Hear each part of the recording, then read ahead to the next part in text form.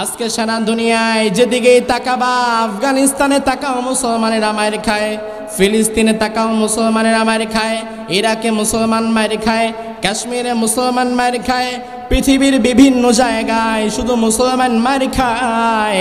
এই মুসলমানদেরকে অত্যাচার নির্যাতন থেকে বাঁচাবার জন্য ওমরে ফারুকের মতো একজন শাসক এখন বড় বেশি দরকার।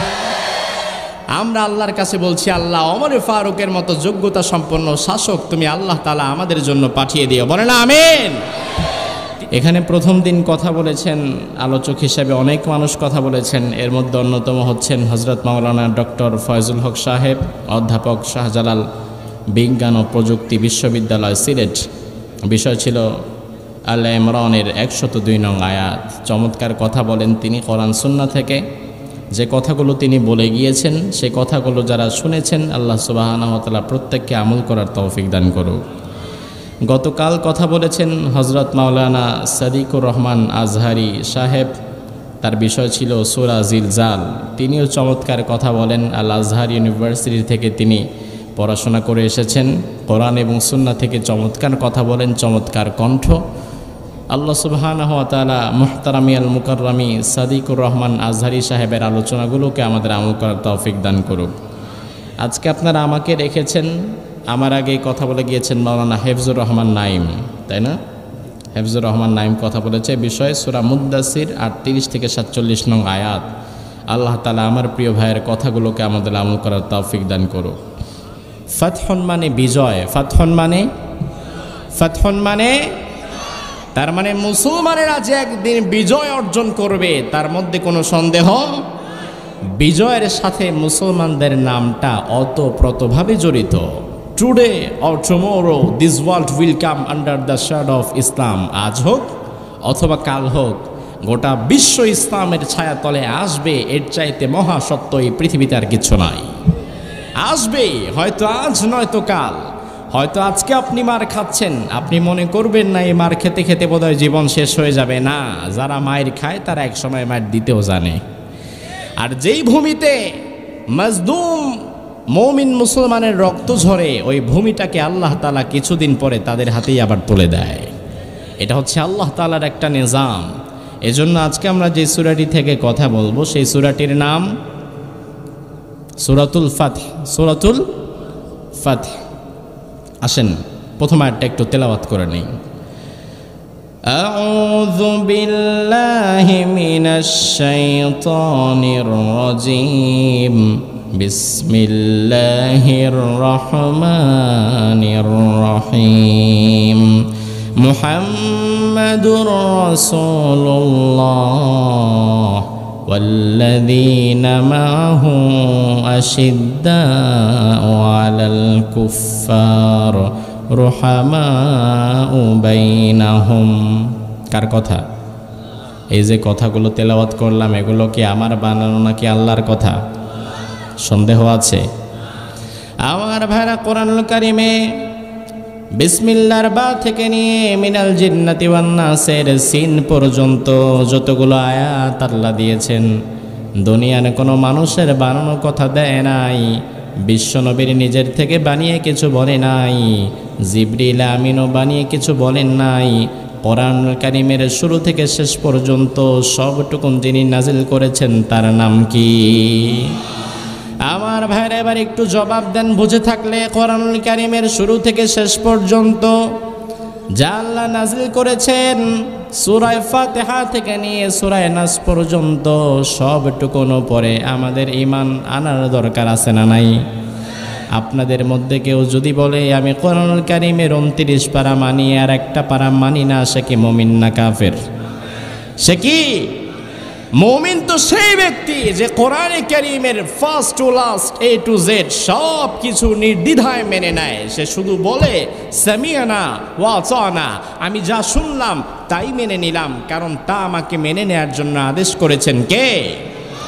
আল্লাহ তাআলা বলছেন মুহাম্মাদুর রাসূলুল্লাহ, Muhammad is the messenger of Allah তাআলা। বিশ্বনবী হচ্ছে আল্লাহর রাসূল। বিশ্বনবী যে আল্লাহর রাসূল তার মধ্যে আমাদের কি সন্দেহ আছে? বিন্দুমাত্র সন্দেহ আছে না।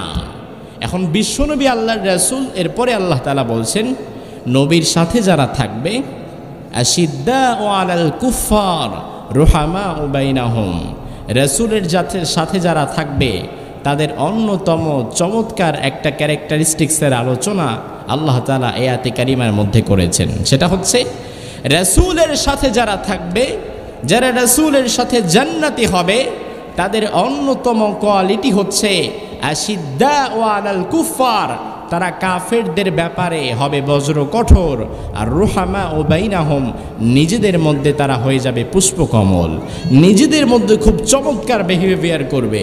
নিজের ভাই যদি কোনো ভুলও করে তাকে সে মাফ করে দিবে আল্লাহর জন্য। নিজের ভাই যদি একটা আঘাত করে, কষ্ট দেয়, তবুও সে তাকে মাফ করে দিবে।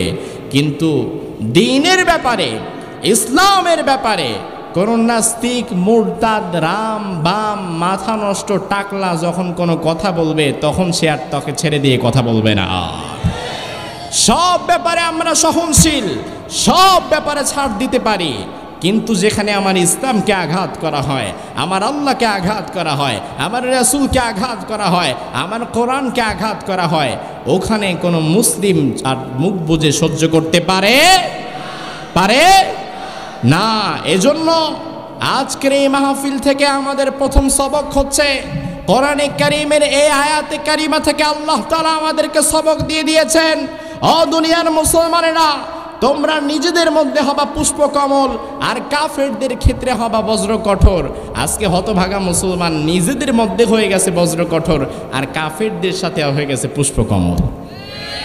ঠিক কিনা?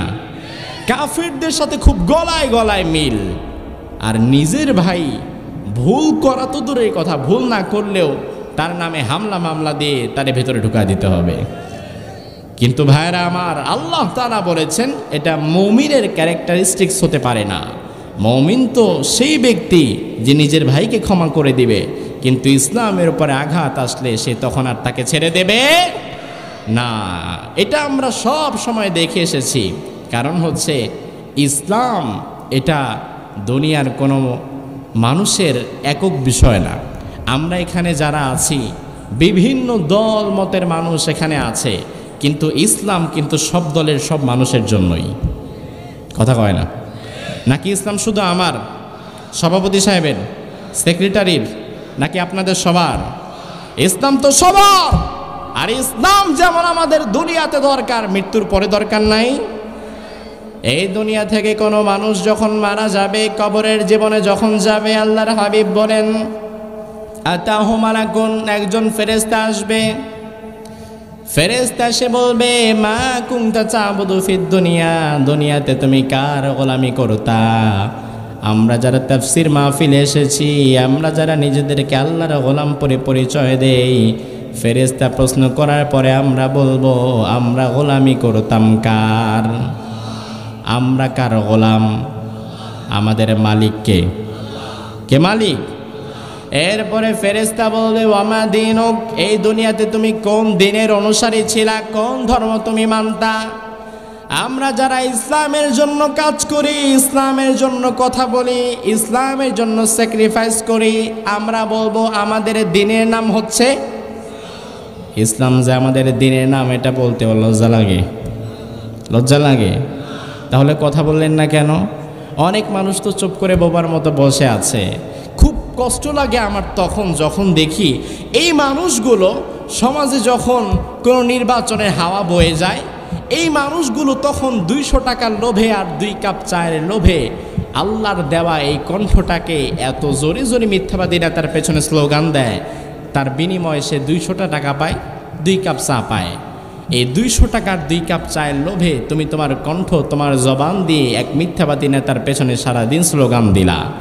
আর মাহফিলে আসার পরে তোমার জবান থেকে যদি আল্লাহর নাম না বের হয়, তাহলে তোমার এই কণ্ঠ থাকার চাইতে তো না থাকাই ভালো ছিল।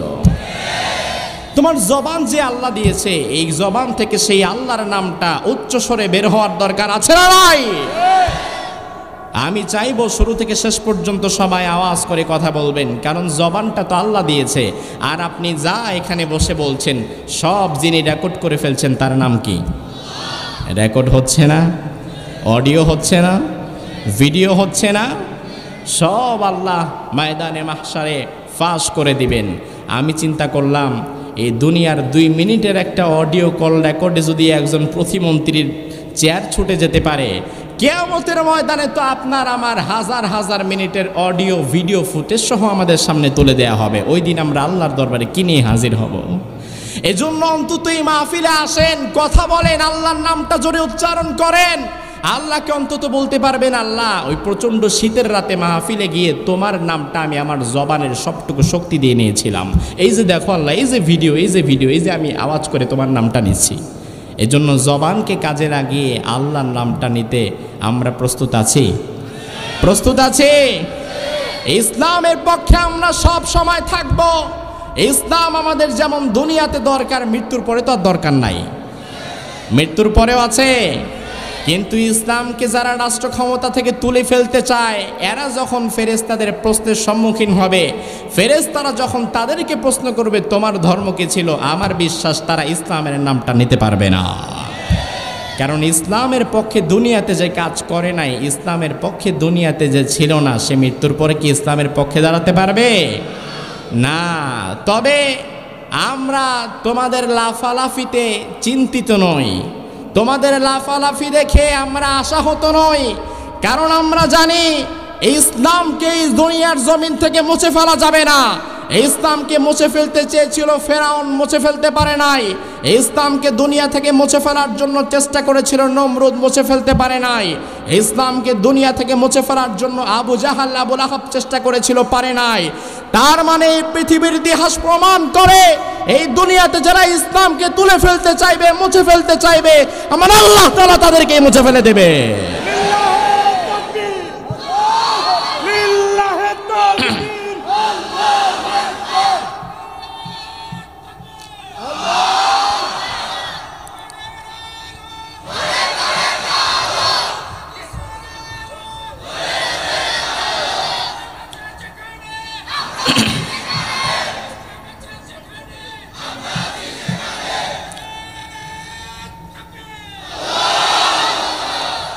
আমার ভাইরা, এই যে আপনারা আল্লাহর নামটা উচ্চস্বরে আওয়াজ করলেন, এতে আপনারা খুশি না বেজার? কিন্তু একজন তো বেজার হয়েছে। কি নাম? কে বেজার হয়েছে?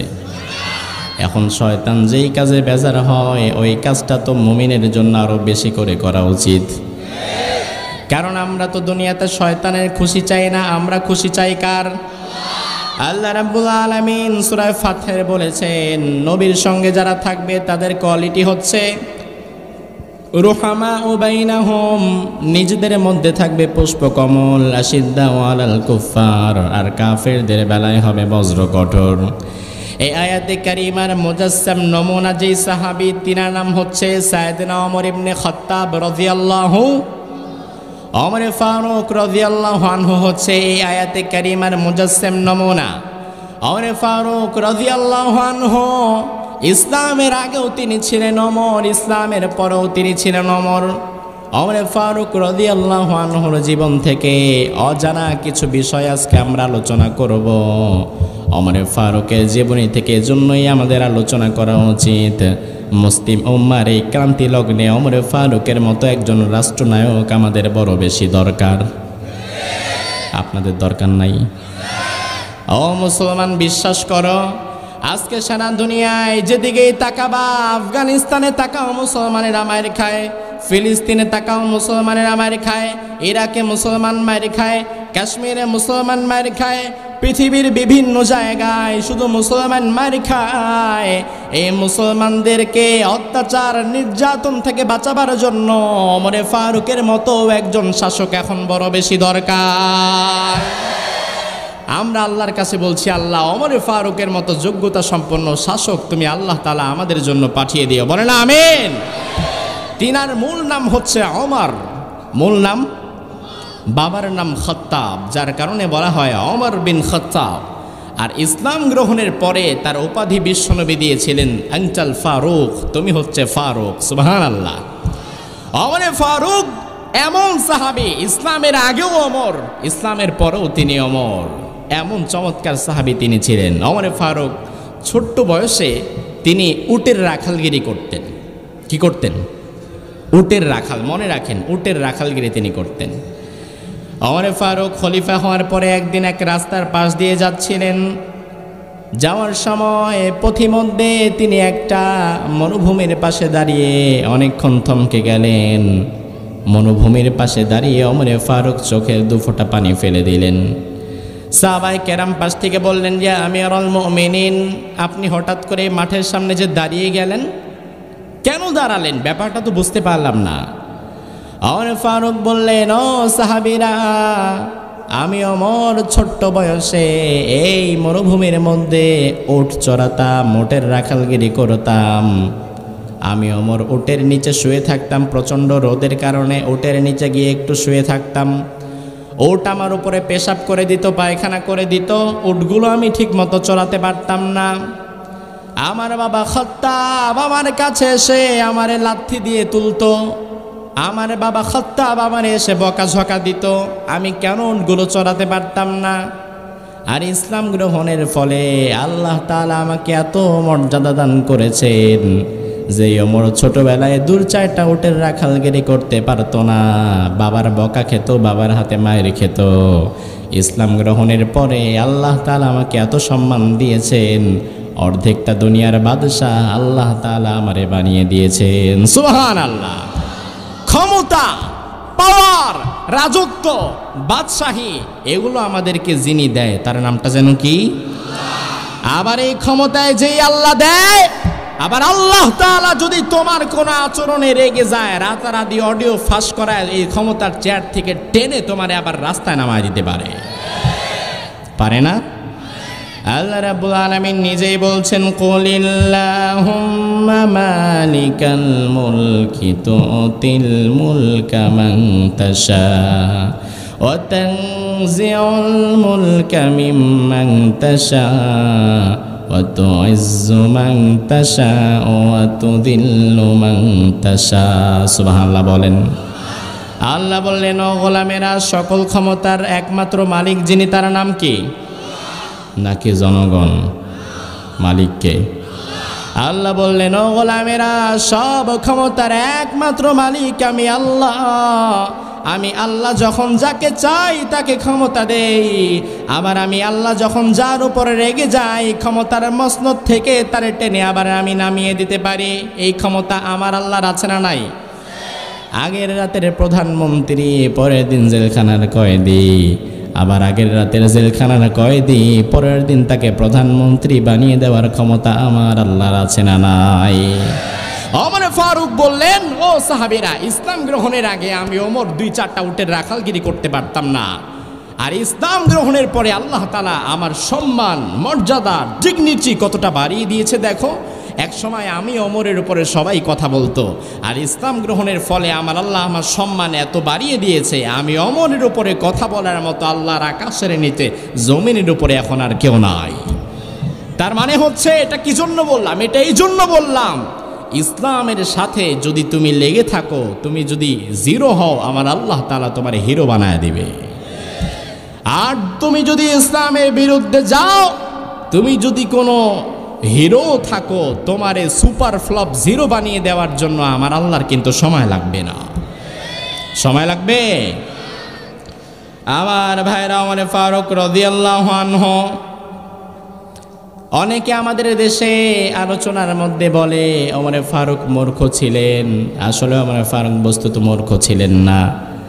আইয়ামে জাহিলিয়াতে 17 জন মানুষ শিক্ষিত ছিল, এই 17 জনের মধ্যে ওমর ফারুক একজন। ওমর ফারুকের জীবনের উপরে প্রায় 60টা কিতাব আমি মোতালা করেছি। এর মধ্যে কোনো রেওয়ায়াতে বা কোনো তারিখে ইসলামীতে ওমর ফারুককে মূর্খ বলা হয় নাই। ওমর ফারুক ছিলেন এডুকেটেড পারসন, শিক্ষিত মানুষ ছিলেন। তার নসবনামা মুখস্থের জ্ঞান ছিল, তার স্বাক্ষর জ্ঞান ছিল, তিনি লিখতে জানতেন, পড়তে জানতেন, তিনি কবিতা আবৃত্তি করতেন। মূর্খ ছিলেন না। তবে তিনি যেটা ছিলেন, ওমর ফারুক ছিলেন রগচটা একজন মানুষ। রগচটা বুঝেন? রগচটা আপনাদের এখানে, আপনাদের এলাকায় খুব রাগী মানুষ, কথায় কথায় গরম হয়ে যায়, মুখের আগে যার হাত চলে, এরকম মানে মানুষকে আপনারা কি বলেন? হ্যাঁ, রগচটা বলেন? রাগী, খুব রাগী। হ্যাঁ, তো এরকম খুব রাগী ছিলেন, যে কোনো বিষয় হুটহাট করে রাগ করে ফেলতেন, খুব স্ট্রং পার্সোনালিটির মানুষ ছিলেন, আর আবু বকর ছিলেন সফট পার্সোনালিটির মানুষ, একটু নরম স্বভাবের। আর ইসলামের জন্য নরম মানুষের যেমন দরকার, ইসলামের জন্য তেমন গরম মানুষেরও দরকার, ঠিক কিনা? আমার ভাইরা, ওমর ফারুক রাদিয়াল্লাহু আনহু কতটা গরম মানুষ ছিলেন দেখেন। আল্লাহর হাবিবকে দারুন নাদওয়ার বৈঠকে কাফেররা বলল মুহাম্মদকে হত্যা করে ফেলতে হবে, মুহাম্মদকে আর বাহিরে রাখা যাবে না, কারণ মুহাম্মদকে যত দিন যাচ্ছে তত মুহাম্মদ তার দিনে দাওয়াত দিয়ে যাচ্ছে। ও ভাইরা আমার, একটা ব্যাপার ভালো করে বুঝে রাখো, আল্লাহর হাবিব যেই দাওয়াতটা দিতেন এই দাওয়াতটা কিন্তু কোরআনের দাওয়াত, বিশ্বনবীর বানানো কোনো দাওয়াত না। নাকি বানানো দাওয়াত? বানানো দাওয়াত। কাফেররা বলল এই দাওয়াত দিয়ে মুহাম্মদ তো আস্তে আস্তে আমাদের দলের সব কর্মীদেরকে মুসলিম মুমিন বানিয়ে ফেলছে, মুহাম্মদকে আর বাহিরে রাখা যাবে না, মুহাম্মদকে হত্যা করতে হবে। মুহাম্মদকে হত্যা করা কি এত সম্ভব নাকি? এত সহজ? ইসলামকে মুছে ফেলা এত সহজ? কোরআনের আলোকে নিভিয়ে দেয়া এত সহজ? এই দুনিয়ার একটা বাতিকেই তো তুমি নেভাতে তোমার কত ব্যাগ পেতে হয়, আর কোরআন কারীমের যেই আলো, কোরআনের যেই বাতি, এই বাতিটা সরাসরি যেই পাওয়ার হাউস থেকে সাপ্লাই হয়, এই বাতিটাকে সরাসরি যিনি প্রজ্বলিত করে রেখেছেন তার নাম কি? এই জন্য আমার আল্লাহ তাআলা যেই বাতি জ্বালিয়ে রেখেছে, দুনিয়ার কোনো বাপের ক্ষমতা নেই এই বাতিকে নিভিয়ে দেওয়া। ওমর ফারুককে বলা হলো আমরা তাকে হত্যা করতে চাই, এখন কে যে হত্যা করতে যাবে তাকে তো আর পাচ্ছি না, তুমি কি পারবে? ওমর ফারুক বললেন কি অপরাধ? বলে অপরাধ জানো না, সে আমাদের বাপদাদার ধর্ম থেকে সব মানুষ ভাগায় নিজের ধর্মে নিয়ে যাচ্ছে। আসলে ধর্মটা কি বিশ্বনবী নাকি আল্লাহর? দিয়েছেন কে? ইন্নাদ-দীনা ইনদাল্লাহিল ইসলাম, আল্লাহ তাআলার কাছে একমাত্র মনোনীত, গ্রান্টেড, অ্যাকসেপ্টেড ধর্ম একটাই। কোনটা? কোন ধর্ম? ইসলাম। ওমর ফারুক বলল তাই নাকি, তো মারাত্মক অপরাধ, তাহলে আমি যাব হত্যা করার জন্য।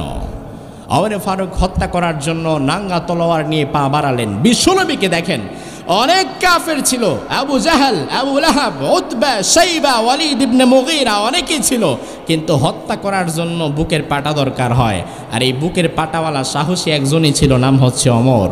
বিশ্বনবীকে হত্যা করার জন্য যাচ্ছিল, কিন্তু বিশ্বনবীকে তো হত্যা করতে পারে নাই, বরং বিশ্বনবীর কাছে এসে আল্লাহর কোরআন শুনে ইসলামের তলোয়ার দিয়ে জাহিলি যুগের ওমর নিজেই হত্যা হয়ে গেছে। সুবহানাল্লাহ বলবা না?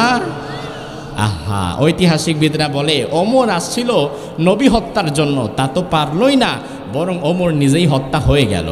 অর্থাৎ জাহিলি যুগের ওমর তার পরিসমাপ্তি হয়ে গেল, পরিসমাপ্তি হয়ে নতুন এক ওমরের জন্ম হলো, যেই ওমর ইসলামের বিরুদ্ধে না, যে ওমর ছিল ইসলামের পক্ষে। ইসলামের পক্ষে ওমর ফারুক রাদিয়াল্লাহু আনহু। এই ঘটনা অনেকবার আপনারা শুনেছেন, যার কারণে মূল ঘটনাটা আপনাদের বললাম না, সংক্ষিপ্ত আকারে কথাটা সামনে টেনে নিয়ে গেলাম, যেটা শুনেছেন ওটা স্কিপ করে দিয়ে গেলাম। ওমর ফারুক যখন ইসলাম গ্রহণ করলেন, বিশ্বনবীর হাতে হাত রেখে কালিমা পড়ে নিলেন। সুবহানাল্লাহ বলবেন না? এবার আল্লাহর হাবিব বললেন, ওমর ইসলাম তো গ্রহণ করেছো, আলহামদুলিল্লাহ, ভালো কথা, খুব খুশি হয়েছি আমি, কারণ ইসলামের জন্য তোমার মতো একজন সাহসী বীরের খুব প্রয়োজন ছিল। কিন্তু এখন কথা একটা আছে। কি কথা হুজুর? কথা হচ্ছে দ্বীনের দাওয়াতটা এখন প্রকাশ্যে আনা যাবে না, নামাজটা প্রকাশ্যে পড়া যাবে না, আল্লাহর কথাটা প্রকাশ্যে বলা যাবে না, কারণ এখনও আমাদের ওই রকম জনবল তৈরি হয় নাই। 40-42 জন মাত্র মুসলমান আমরা। এখন এই অল্প কিছু মানুষ নিয়ে আমরা দ্বীনের কথাটা তো সামনে, সবার সামনে বলতে আমরা পারবো না। ওমর ফারুককে দেখেন, লক্ষ্য করেন তার পার্সোনালিটিটা।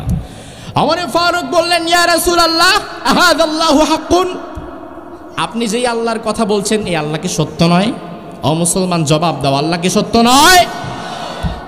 আল্লাহর হাবিব বললেন, বালা, কি বলছো এটা তুমি ওমর? অবশ্যই সত্য। আচ্ছা, আহাদাদ-দীনু হাক্কুন, আপনি যেই দিনের কথা বলছেন এই দিনটাকে সত্য নয়? বলে অবশ্যই সত্য। আহাদার রাসূলু হাক্কুন, আপনি নিজেকে যে রাসূল দাবি করেন আপনি কি সত্য নবী না? বলে অবশ্যই সত্য নবী। ওমর ফারুক বললেন, আমার আল্লাহ যদি সত্য হয়, আমার রাসূল যদি সত্য হয়, আমার দিন যদি সত্য হয়, তাহলে আজকে থেকে আপনি বাকি দায়িত্বটা আমি ওমরের উপরে দিয়ে দেন। ইসলামকে সবার আগে আমি ওমরে ফারুক আজকে প্রকাশ্যে নিয়ে আসব। এই ছিল ওমর, সবার আগে আমি ইসলামকে প্রকাশ্যে নিয়ে আসব। ওমর ফারুক রাদিয়াল্লাহু আনহু সাহাবীদেরকে দাঁড় করালেন। এর আগে মক্কার জমিনে আল্লাহু আকবার উঁচু করে বলতে পেরেছে এরকম কেউ ছিল না।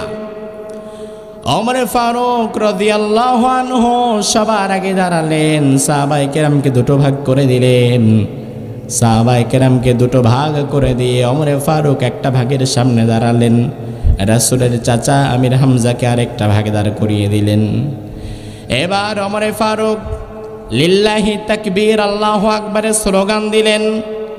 আল্লাহু আকবার এত জোরে জোরে আওয়াজ করে বললেন, এর আগে মক্কার জমিনে আল্লাহু আকবার উচ্চস্বরে বলার মতো আর কোনো মানুষ ছিল না। ওমর ফারুক এই যে আজকে আপনারা যারা আল্লাহু আকবার উচ্চস্বরে আওয়াজ করেন, আল্লাহু আকবারের স্লোগান দেন, এই জন্য আল্লাহু আকবারের স্লোগান যারা দেয় ওমর ফারুকের সঙ্গে আল্লাহ সুবহানাহু ওয়া তাআলা তাদের হাসর করিয়ে দিবেন।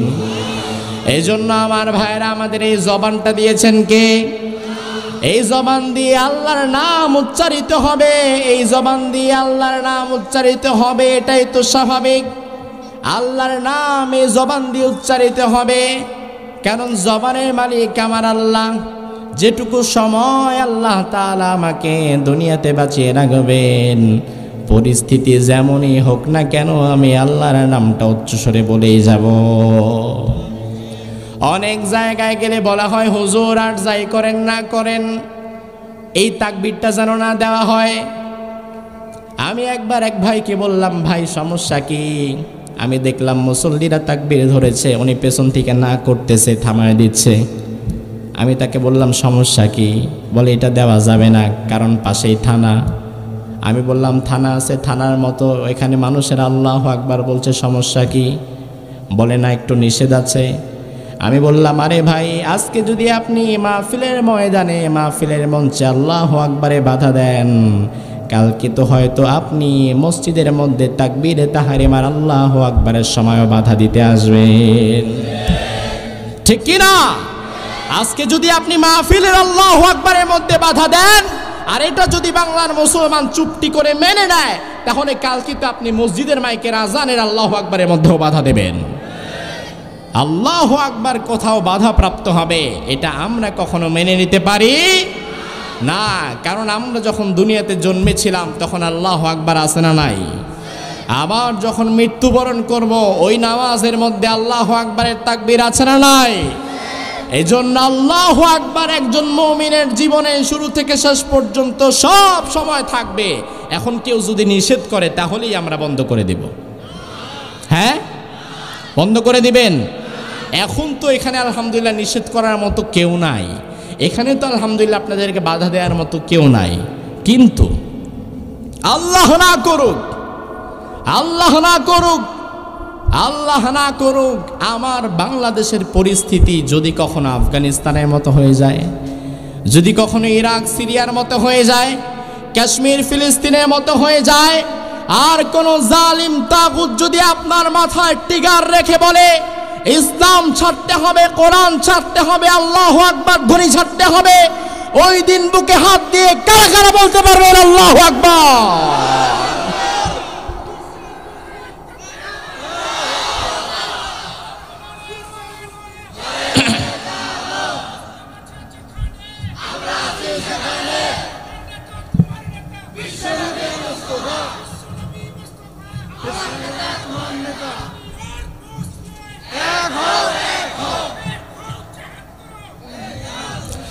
আমার ভাইরা, আল্লাহর হাবিব সাল্লাল্লাহু আলাইহি ওয়াসাল্লাম ওমর ফারুককে বললেন, ওমর তুমি সামনে আগাও।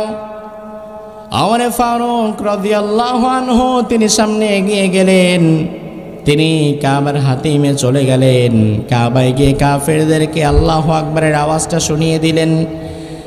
আর আল্লাহু আকবারের আওয়াজটা এত পাওয়ারফুল, এই আল্লাহু আকবারের আওয়াজটা কাফের নাস্তিক মুরতাদ রামবামরা কিন্তু সহ্য করতে পারে।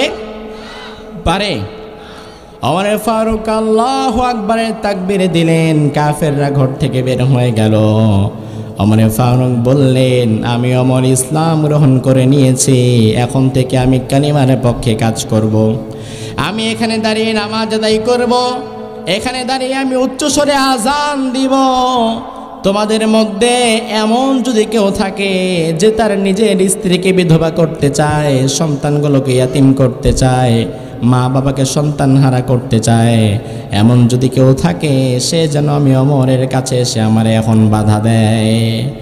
সব কাফেররা শান্ত হয়ে গেল, কারণ ওমর এমন মানুষ, ওমরের মুখের আগে কি চলে? কি চলে? ওমরের পার্সোনালিটি দেখে সবাই শান্ত হয়ে গেল। আল্লাহর হাবিব সাল্লাল্লাহু আলাইহি ওয়াসাল্লাম জামে তিরমিজির 3686 নম্বর হাদিসে বললেন, আমি শেষ নবী, আমার পরে কোনো নবী নাই, আমার পরে কোনো রাসূল আল্লাহ দিবে না। তবে লাউ কানা বাদি নাবিয়্যুন লাকানা ওমর, আমার পরে আল্লাহ রাব্বুল আলামিন যদি তোমাদের জন্য কাউকে নবী বানিয়ে দিতেন, তবে অন্য কাউকে নয়, আমার কলিজার টুকরা ওমরে ফারুককে আল্লাহ নবী বানিয়ে দিতেন। সুবহানাল্লাহ। অন্য কোন সাহাবীর ব্যাপারে এত বড় ডিজিগ্রেশন বিশ্বনবী দেয় নাই যেটা ওমরে ফারুকের ব্যাপারে দিয়েছে। আল্লাহর হাবিব বলতেন, আমার পরে নবী হওয়ার যোগ্যতা দুনিয়ার কেউ রাখে না, নবী হওয়ার যোগ্যতা যিনি রাখে তার নাম হচ্ছে ওমরে ফারুক। আল্লাহ তাআলা ওমরে ফারুকের মতো শক্তি সাহস আল্লাহ তাআলা আমাদেরকেও দান করে দিক। আরো আস্তে কোন আমিন। ওমরে ফারুকের মতো আল্লাহ তাআলা মুলগাঁওয়ের যুবকগুলোরে কবুল করে নিক। ওমরে ফারুক রাদিয়াল্লাহু আনহুর ব্যাপারে আল্লাহর হাবিব নবী হওয়ার মধ্যে কথা বললেন, এমনি এমনি বলেন নাই। ওমর ফারুকের মধ্যে আসলে এমন কিছু অদ্ভুত জিনিস ছিল যেটা অন্য কোনো সাহাবীর মধ্যে ছিল না। সাহাবায়ে কেরাম মাঝে মাঝে এমন হতো, সাহাবায়ে কেরাম একটা পক্ষে মত দিয়েছেন, বিশ্বনবী ওই পক্ষে মত দিয়েছেন, একা ওমরে ফারুক উল্টা আরেকটা পক্ষে মত দিয়েছেন। আল্লাহ তাআলা ওমরে ফারুকের মতের উপরে কোরআনের আয়াত নাজিল করে জানিয়ে দিয়েছেন। জাস্ট আপনি একটু ইমাজিন করেন তো ভাই, বিশ্বনবী একটা মত দিয়েছে একটা কাজের দিকে, সাহাবায়ে কেরাম সবাই ওদিকে মত দিয়েছে। ওমর বলে, না, আমার মনে হয় এইটা না হয়ে ওইটা হওয়া ভালো। এখন আল্লাহ তাআলা বিশ্বনবীর দিকে কোরআনের আয়াত নাজিল না করে ওমরে ফারুকের মতের উপর কোরআনের আয়াত নাজিল করে দিয়েছে। তার মানে তার মর্যাদা, তার গুরুত্ব, তার ইম্পর্টেন্স বেশি না কম? তাফসিরে জালালাইন প্রণেতা, তাফসিরে জালালাইনটা এটা বাংলাদেশের অধিক প্রচলিত একটা তাফসির। কওমি অঙ্গনে ওইটা পড়ানো হয়, আলিয়া মাদ্রাসাতেও পড়ানো হয়। তাফসিরে জালালাইনের যে দুইজন লেখক, জালালউদ্দিন সুয়ুতি, জালালউদ্দিন মাহাল্লি, এই জালালউদ্দিন সুয়ুতি রহিমাহুল্লাহ তিনি ওমরে ফারুকের ব্যাপারে লিখেছেন, কোরআনে কারীমের অন্তত 21টি আয়াত আল্লাহ তাআলা ওমরে ফারুকের সিদ্ধান্তের উপরে নাজিল করে দিয়েছেন। শায়খ ওয়ালিউল্লাহ মুহাদ্দিসে দেহলভী রহিমাহুল্লাহ তিনি লিখেছেন, কোরআনে কারীমের 11টিরও বেশি আয়াত এমন রয়েছে যেগুলো ওমরে ফারুকের একক সিদ্ধান্তে নাজিল করে দিয়েছেন কে? সেখান থেকে 6টা ইম্পর্টেন্স আয়াত এখন আপনাদেরকে শোনাবো সংক্ষিপ্ত আকারে, যেগুলো আল্লাহ তাআলা ওমরে ফারুকের সিদ্ধান্তের উপরে নাজিল করে দিয়েছেন।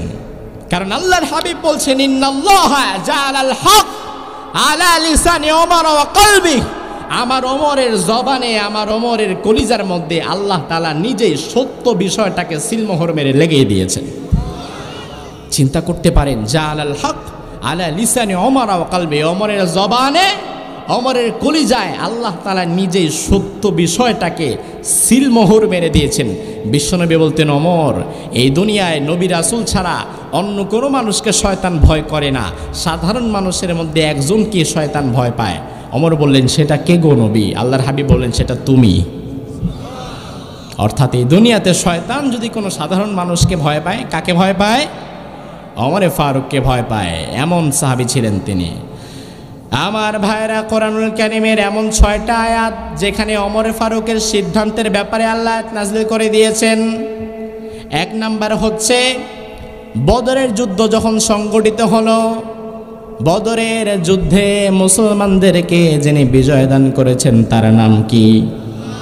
একটু পারলে মনে কোণে বলেন তো, বদরের যুদ্ধে কাফেরের সংখ্যা বেশি ছিল নাকি মুসলমানের সংখ্যা বেশি ছিল? কাফেরের সংখ্যা, মুসলমানের সংখ্যা। আমার ভাইয়ের একটা ব্যাপার দেখেন, মুসলমানেরা কিন্তু কখনো তাদের সংখ্যাধিক্য দিয়ে কখনো যুদ্ধে জয়লাভ করে না। মুসলমানেরা তাদের দামি দামি অস্ত্র দিয়ে জিহাদের ময়দানে জয়লাভ করে না। মুসলমানেরা যুদ্ধ জিহাদের মধ্যে জয়লাভ করে একমাত্র তাদের ইমানের দ্বারা। আপনি মনে করবেন আমাদের কাছে পাওয়ার নাই, টাকা নাই, পয়সা নাই, অস্ত্র নাই, তাদের কাছে পুলিশ আছে, র্যাব আছে, অস্ত্র আছে, অমুক আছে, তমুক আছে। ও ভাই আমার, আমাকে একদিন একজন এসে বলল, হুজুর আপনি যে আমেরিকার বিরুদ্ধে এত চটাং চটাং কথা বলেন, আপনি কি জানেন নাকি তাদের কাছে কি মারাত্মক অস্ত্র আছে? আমি বললাম কি আছে? বলে তাদের কাছে আছে ট্যাঙ্ক, কামান, বিমান। আমি বললাম থামেন। উনি বলল থামাইলেন কেন, আপনার কাছে কি আছে? আমি বললাম তাদের কাছে আছে ট্যাঙ্ক, কামান, বিমান, আর এই দেশের সাধারণ মুসলমানের বুকের মধ্যে আছে ইমান। ইমানের সামনে দুনিয়ার সব ট্যাঙ্ক, কামান, বিমানকে যিনি পানি করে দিতে পারেন তার নাম কি?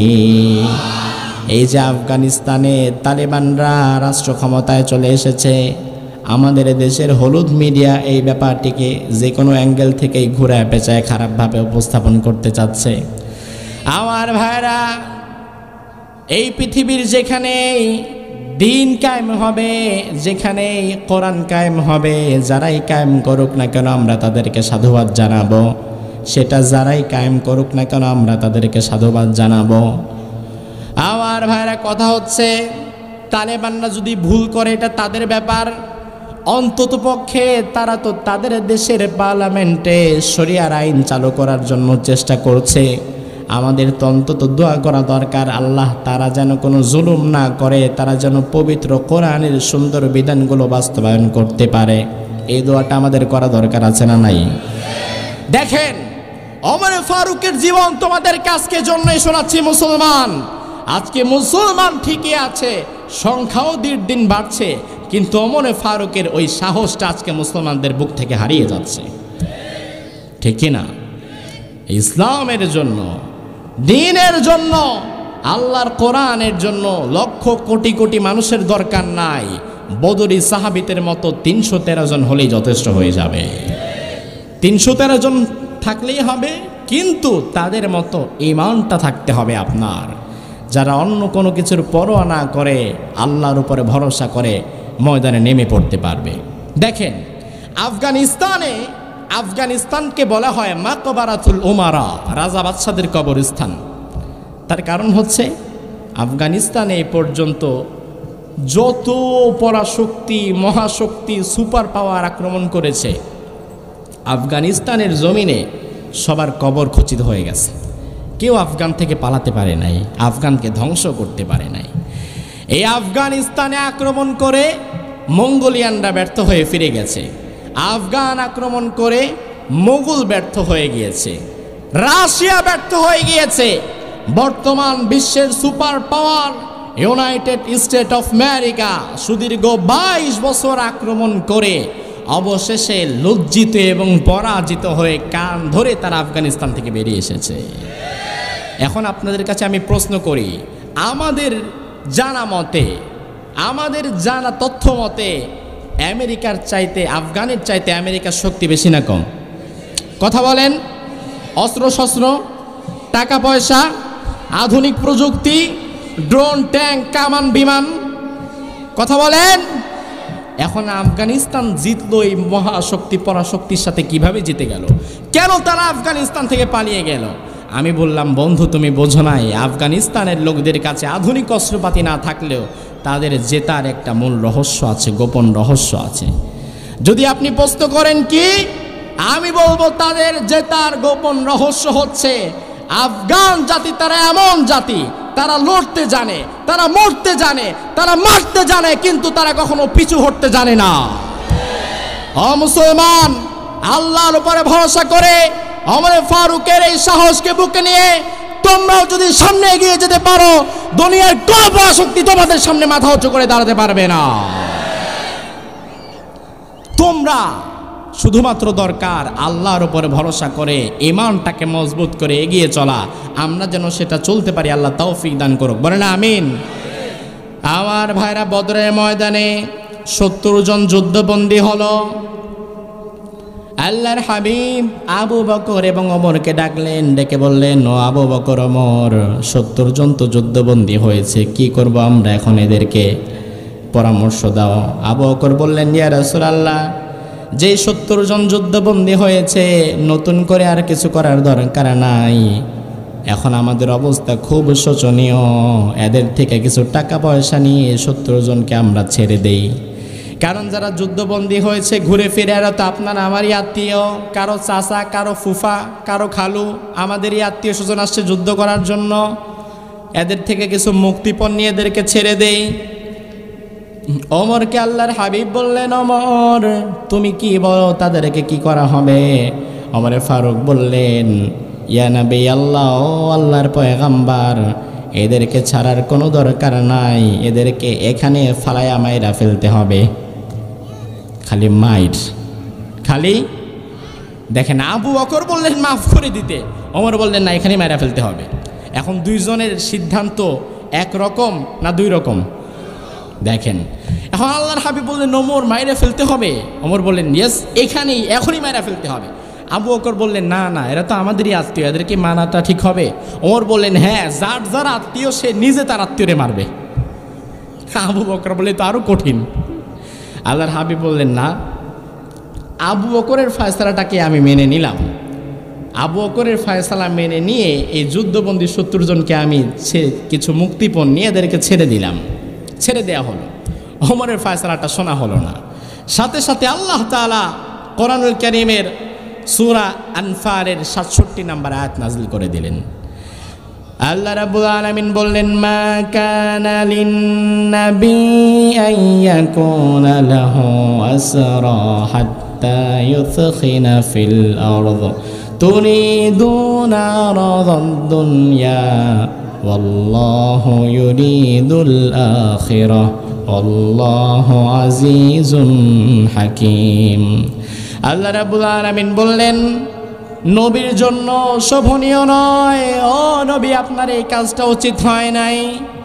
আল্লাহর জমিনে পরিপূর্ণভাবে দিন প্রতিষ্ঠা হওয়ার আগে কোন কাফের যুদ্ধবন্দীদেরকে এইভাবে ছেড়ে দেওয়াটা মা কানা লিন-নাবী, নবীর জন্য উচিত না।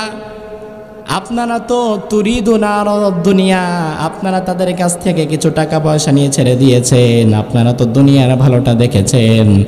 আল্লাহু ইউরিদুল আখিরা, আমি আল্লাহ তাআলা আখিরাতের ভালোটাই চেয়েছি। এই আয়াত নাযিল হওয়ার পরে আল্লাহর হাবিব ওমর ফারুককে ডেকে বললেন, ওমর, যুদ্ধবন্দীদের ব্যাপারে আমি আবু বকরের মত নিয়েছি, তোমার মত নিয়েছি, তবে আবু বকরের মতটা আমি গ্রহণ করে নিয়েছি, কিন্তু আরশে আজিমের মালিক আল্লাহ তিনি নিজে তোমার মতটারে গ্রহণ করে নিয়েছে। আরো জোরে বলেন সুবহানাল্লাহ। ওমর ফারুকের ব্যাপারে যিনি আয়াত নাজিল করে সাপোর্ট করলেন তিনি কে? 2 নম্বরে মুনাফিক সর্দার আব্দুল্লাহ বিন উবাইয়ের জানাজা প্রসঙ্গে, আব্দুল্লাহ বিন উবাই যখন মারা যায়, আব্দুল্লাহ বিন উবাই ছিল সবচাইতে বড় মুনাফিক, সবচাইতে বড়। এরকমের মুনাফিক এখন আমাদের সমাজে আছে না নাই? মুনাফিক হচ্ছে তারা যারা মসজিদেও থাকবে আবার গানের অনুষ্ঠানেও থাকবে, ঠিক কিনা? কখনো কখনো দেখা যায় মাশাআল্লাহ সুন্দর একটা টুপি টাক মাথার উপরে দিয়া মসজিদের মিম্বারে গিয়া বসে বসে ভাষণ দেয়, আবার 2 দিন পরে দেখা যায় উনি ব্যান্ড সঙ্গীতের মধ্যে গিয়ে নাচানাচিও করে। যারা মসজিদেও থাকে গানের অনুষ্ঠানেও থাকে, যারা মসজিদে গিয়ে আল্লাহরে ডাকে আবার মন্দিরে গিয়ে ভগবানকে ডাকে, বুঝতে হবে তারা মুমিন না, তারা মুনাফিক হয়ে গিয়েছে। এই রকমের মুনাফিক ছিল আব্দুল্লাহ বিন উবাই। আব্দুল্লাহ বিন উবাই যখন মারা যায়, আব্দুল্লাহ বিন উবাইয়ের ছেলে আল্লাহর হাবিবের কাছে এসে বললেন, ইয়া রাসূলুল্লাহ, আমার বাবা যদিও মুনাফিক ছিল, কিন্তু আমি তো আমার বাবার ছেলে, বাবার জন্য তো আমার মনটা কাঁদে, আপনি একটু আমার বাবার জানাজাটা পড়ায়া দেন। আমার মনে হয় আপনি যদি জানাজাটা পড়িয়ে দেন তাহলে আরশে আজিমের মালিক আল্লাহ আমার বাবারে মাফ করে দিবেন।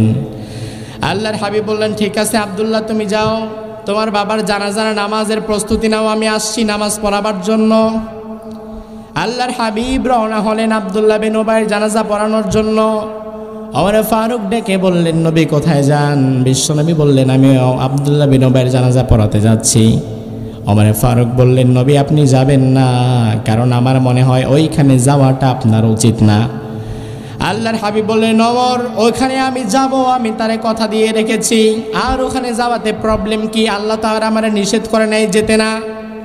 ওমর ফারুক বললেন, নবী গো, আল্লাহ হয়তো এখনো পর্যন্ত নিষেধ করে নাই, কিন্তু আমার মনে হয় ওইখানে যাওয়াটা আল্লাহ নিজেও পছন্দ করবে না, এবং আল্লাহ হয়তো আয়াত নাজিল করে ওইখানে যাওয়াটা যে উচিত না সেটাও আল্লাহ তাআলা হয়তো আপনারে জানিয়ে দেবে। আল্লাহর হাবিব বললে, ওমর ওহী আসে আমার কাছে, আর কখন কি ওহী আসবে এটা বলে দাও তুমি। আর ওহী তো আসে আমার কাছে, ওহী আগে আসুক না, দেখি কি হয়। আল্লাহর হাবিব গেলেন মুনাফিকের জানাজায়, নামাজ পড়ালেন। নামাজ শেষ করা মাত্রই এবার আল্লাহ তাআলা সূরা তাওবার 84 নম্বর আয়াত নাযিল করে দিলেন। আল্লাহ রাব্বুল আলামিন বললেন, ওয়ালা তুসাল্লি আলা আহাদিম মিনহুম মাতা আবাদা ওয়ালা তাকুম আলা কবরি। ও নবী, ভবিষ্যতে আর কোনোদিন কোনো মুনাফিকের জানাজা পড়ানো তো দূরের কথা, কোনো মুনাফিকের কবরের পাশেও আপনি নবী জীবনে কোনোদিন দাঁড়াবেন না। আল্লাহর হাবিব এসে ওমরকে বললেন, ওমর তুমি নিষেধ করেছিলে জানাজায় যাওয়ার জন্য, আমি তাও গিয়েছিলাম। জানাজায় যাওয়া মাত্রই রব্বুল আলামিন তোমার মতের ভিত্তিতে কোরআনের আয়াত নাযিল করে দিয়েছেন। 3 নাম্বার, মা আয়েশা রাদিয়াল্লাহু আনহা তার একটা অপবাদকে কেন্দ্র করে। মা আয়েশা রাদিয়াল্লাহু আনহা এক যুদ্ধ থেকে ফেরার সময় তার একটা হাড় হারিয়ে গেল, এটাকে বলা হয় ইফকের ঘটনা। হাড়টা হারিয়ে যাওয়ার পরে মা আয়েশা এই হাড়টা খুঁজতে লাগলেন। একজন সাহাবী নাম সাফওয়ান বিন মুআত্তাল। সাফওয়ান বিন মুআত্তাল মা আয়েশাকে মরুভূমির মধ্যে একা দেখে মা আয়েশাকে সাফওয়ান বিন মুআত্তাল তার উটের পিছনে চড়িয়ে মক্কায় নিয়ে আসলেন। মক্কার মধ্যে আব্দুল্লাহ বিন উবাই যে মুনাফিক, দেখো সাফওয়ান বিন মুআত্তালের সাথে আয়েশা একা একা আসছে, তার মানে সাফওয়ান বিন মুআত্তাল আর আয়েশার মাঝে একটা অনৈতিক সম্পর্ক আছে। নাউজুবিল্লাহ বললেন। নবীর স্ত্রী সম্পর্কের দিক থেকে কিন্তু সে আমাদের মা, উম্মুল মুমিনিন, আমাদের মা। নবীর স্ত্রী সম্পর্কে মুনাফিকের বাচ্চা সে মিথ্যা অপবাদ ছড়াচ্ছে যে আয়েশার চরিত্র খারাপ, আয়েশার সাথে সাফওয়ান বিন মুআত্তালের কিন্তু একটা বাজে সম্পর্ক আছে। নাউজুবিল্লাহ বলেন। আল্লাহর হাবিব যখন এই কথাগুলো শুনলেন তখন তিনি মনে খুব কষ্ট পেলেন। আবু বকর যখন শুনলেন তখন আবু বকরও খুব কষ্ট পেলেন, কারণ সম্পর্কের দিক থেকে আবু বকর হচ্ছে আয়েশার বাবা। আবু বকর এক সাহাবীকে বললেন যে এগুলো আমার মেয়ের সম্পর্কে কি শুনি। ওই সাহাবী বারবার একই কথা শুনতে শুনতে ওই সাহাবীও বললেন যে হইলে হইতেও পারে, হয়তো কিছু একটা ঘটছে। সন্দেহ করে বসলেন। এটা আমাদের একটা বাজে স্বভাব, মানুষেরই একটা স্বভাব, নেচার হচ্ছে এমন। একটা মিথ্যা কথা আপনি যদি সারাদিনে 30 বার শোনেন, এক সময় নিজের মনেও শয়তান সন্দেহ ঢোকায় দিবে যে না, এটা হয়তো সত্য হইলেও হইতেই পারে, ঠিক কিনা? যে অমুক আলেমকে গ্রেফতার করা হয়েছে, কি অপরাধ? উনি ওরকম একটা দুর্নীতি করেছে। এই একটা নিউজ মিডিয়ায় আপনাকে 10 বার দেখাক, দিন শেষে আপনার মধ্যে একটা সন্দেহ কাজ করবে, না রে বাবা, কিছু হইলে হইতেও পারে, আসলে মনে হয় কিছু একটা করছে। এরকম একটা সন্দেহ আমাদের মধ্যে ঢুকে যায়। সাহাবায়ে কেরামের মধ্যে অনেকের মধ্যে এরকম সন্দেহ ঢুকে গেল। আল্লাহর হাবিব আয়েশাকে বললেন, আয়েশা তুমি কিছুদিনের জন্য বাড়ি চলে যাও, তুমি আমার সামনে আসিও না, তোমাকে দেখলে আমার খারাপ লাগে, কষ্ট লাগে। আম্মা জান আয়েশা সিদ্দিকা বাড়ি চলে গেলেন। মা আয়েশা বলেন, আমি বাড়ি যাওয়ার পরে 3 রাত 3 দিন আমি স্বাভাবিক হই নাই, কোনো কিছু খাওয়া দাওয়া করি নাই। আমি 3 রাত 3 দিন শুধু একভাবে কেঁদে গিয়েছি, শুধু কান্না করেছি আর আল্লাহর কাছে সাহায্য চেয়েছি। অবশেষে 3 দিন যখন পার হয়ে যায়, কোনো সাহাবী, সব সাহাবীর মুখে কোনো সাহাবী যখন আমার পক্ষে দাঁড়িয়ে কোনো কথা বলে না, আমার বাবা আবু বকর সে আমার পক্ষে দাঁড়িয়ে কথা বলে না, বিশ্বনবী আমার পক্ষে দাঁড়িয়ে কথা বলে না, সব সাহাবায়ে কেরাম কেউ হয়তো বিরুদ্ধে বলে, কেউ হয়তো চুপ থাকে, কিন্তু আমার পক্ষে অবস্থান নেওয়ার মতো আর কেউ নাই। ওমর ফারুককে জিজ্ঞেস করা হলো আয়েশার ব্যাপারে, ওমর তুমি কি মনে করো আয়েশার ব্যাপারে? ওমর ফারুক বললেন, নবীর স্ত্রী তিনি আমাদের মা, আর আমাদের মা আয়েশা উম্মুল মুমিনিন। আয়েশা কখনো কারো সাথে কোনো অনৈতিক সম্পর্ক করতে পারে না, এটা সবাই যদি মিলে বলে তাও আমি ওমর বিশ্বাস করব না। ওমর ফারুক একা দাঁড়িয়ে গেলেন, আর সব সাহাবায়ে কেরাম চুপ, কেউ পক্ষে দাঁড়িয়ে কথা বললেন না। অবশেষে আল্লাহ রাব্বুল আলামিন সূরা নূরের আয়াত নাযিল করে দিলেন, লাউলা ইয সামি'তুমূহু যান্নাল মুমিনুন ওয়াল মুমিনাত বিআনফুসিহিম খায়রান ওয়া ক্বালু হাযা ইফকুম মুবিন। ও মুমিনেরা, তোমাদের মধ্যে কেন তোমরা অপবাদ শোনার পরে বলতে পারলে না হাদা ইফকুম মুবিন? কেন তোমরা বলতে পারলে না যে এটা মিথ্যা কথা? তোমরা কেন তোমাদের মাকে সন্দেহ করলা? আয়েশা রাদিয়াল্লাহু আনহার কানে যখন আয়াত গেল, আয়েশা রাদিয়াল্লাহু আনহা আল্লাহর সিজদায় পড়ে গেলেন, শুকরিয়া আদায় করলেন। আর আয়েশা সিদ্দিকা বললেন, একা ওমরে ফারুক আমার পক্ষে দাঁড়িয়েছিল, আর বাকি কোনো সাহাবী আমার পক্ষে দাঁড়ায় নাই। ওমরে ফারুক যেই পক্ষে কথা বলেছে সেই পক্ষে কোরআনের আয়াত যিনি নাযিল করেছেন তিনি কে? সব সাহাবী একদিকে, ওমর আরেক দিকে। আল্লাহ তাআলা ওমরের সিদ্ধান্তে কোরআনের আয়াত নাযিল করে দিয়েছে। আরেক দিনের ঘটনা, বিশ্বনবী অ্যাট এ টাইম 9 জন বিবির সংসার করেছেন। অ্যাট এ টাইম 9 জন বিবি দুনিয়াতে জীবিত ছিল।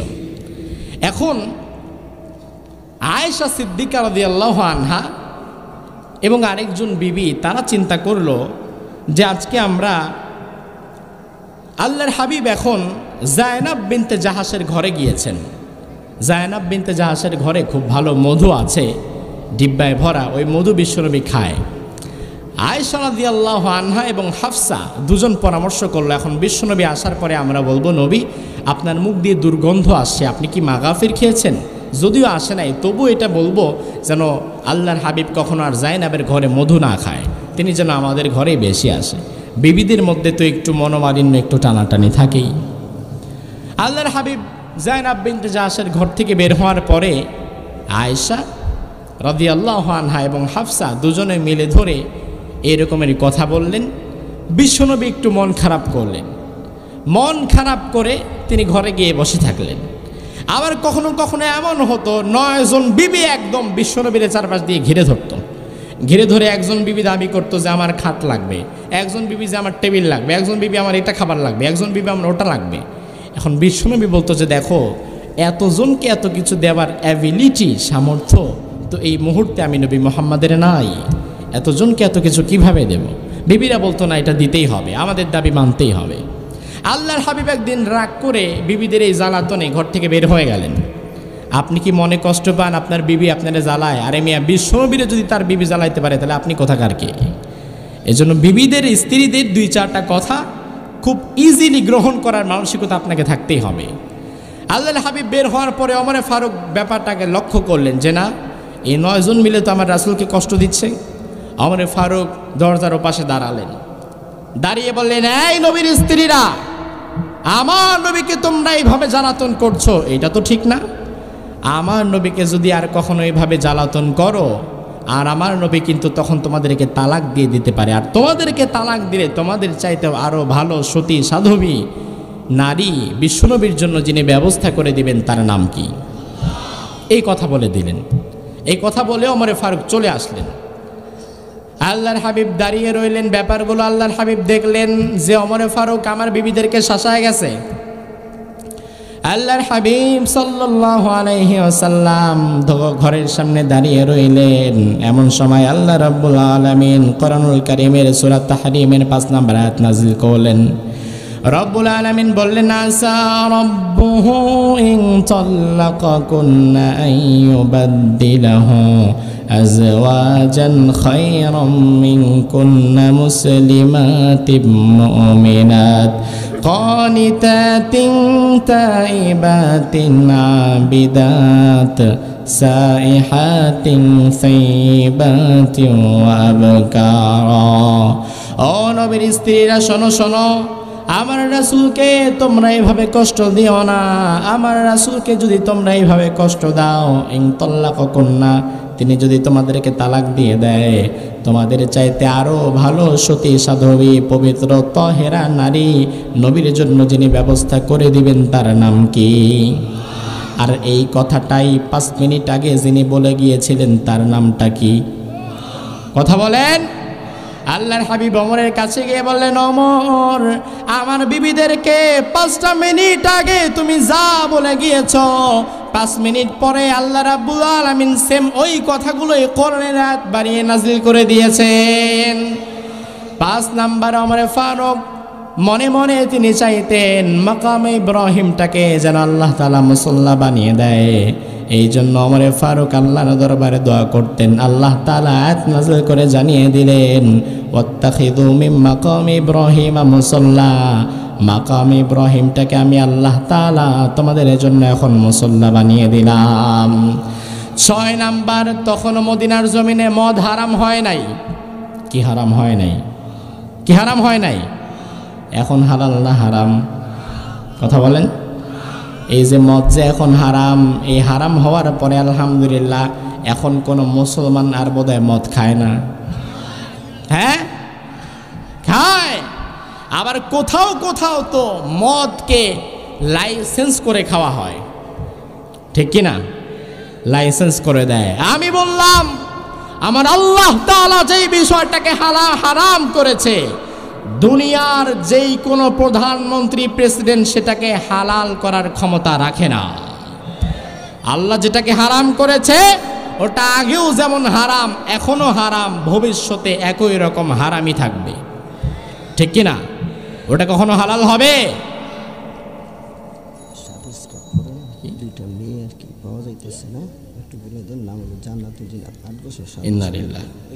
আচ্ছা, সাদা স্কার্ফ পরা 2টি মেয়ে পাওয়া যাচ্ছে না, নাম হচ্ছে জান্নাত ও জিনাত, 8 বছর এবং 7 বছর।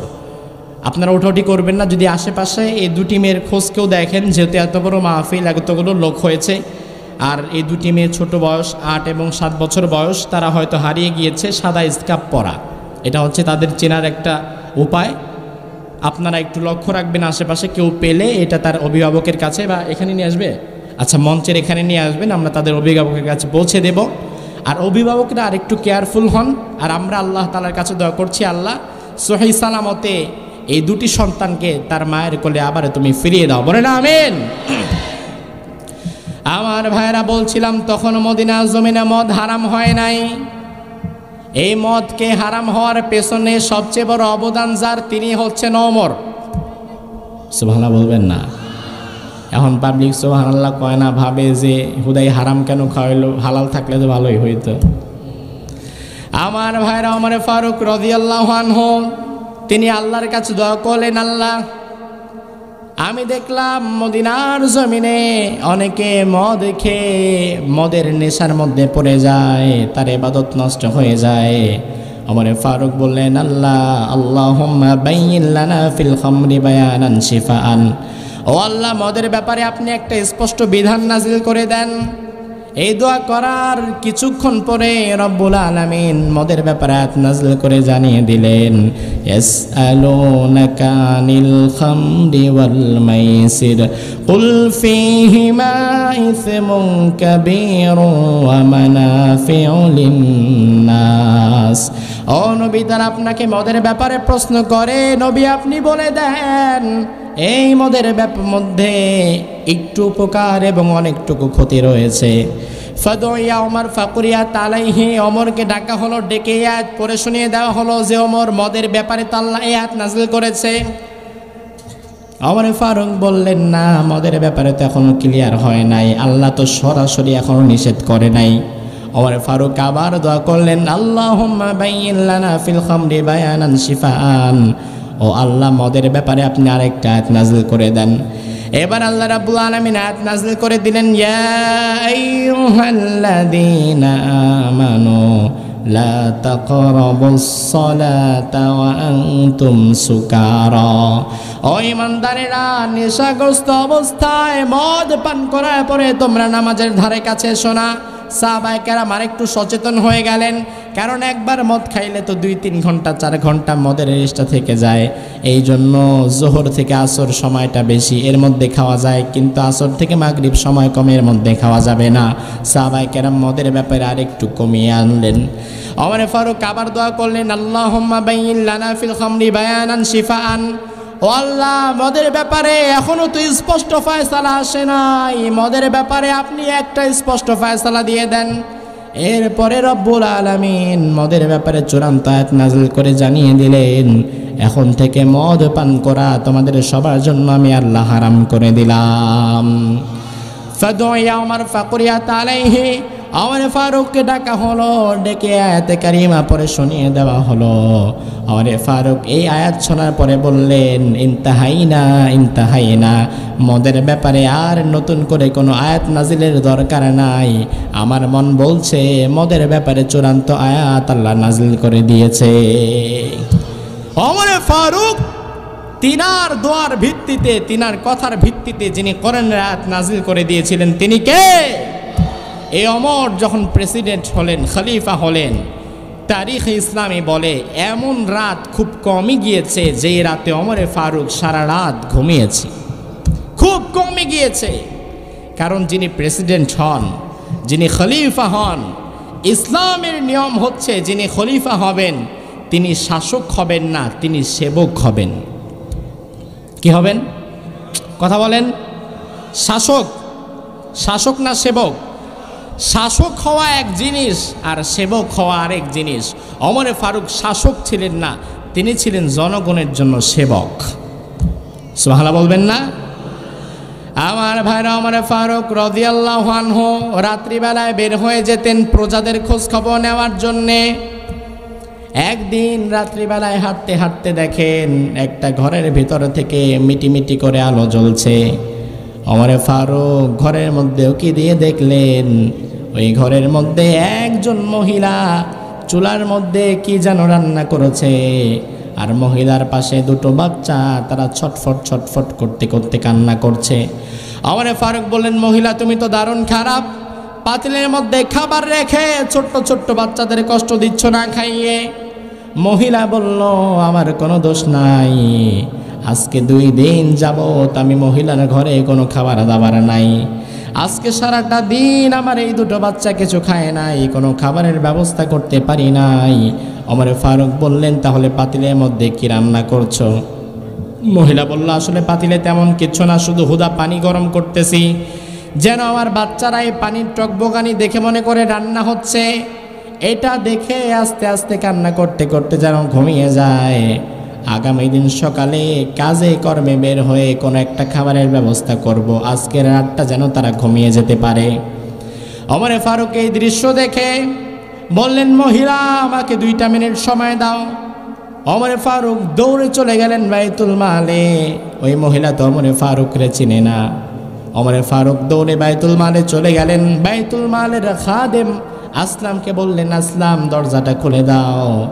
একটা বস্তা নিলেন, বস্তার মধ্যে আটা ভরলেন, খেজুর ভরলেন, ঘি ভরলেন, সব খাদ্যদ্রব্যগুলো সুন্দরভাবে ভরলেন।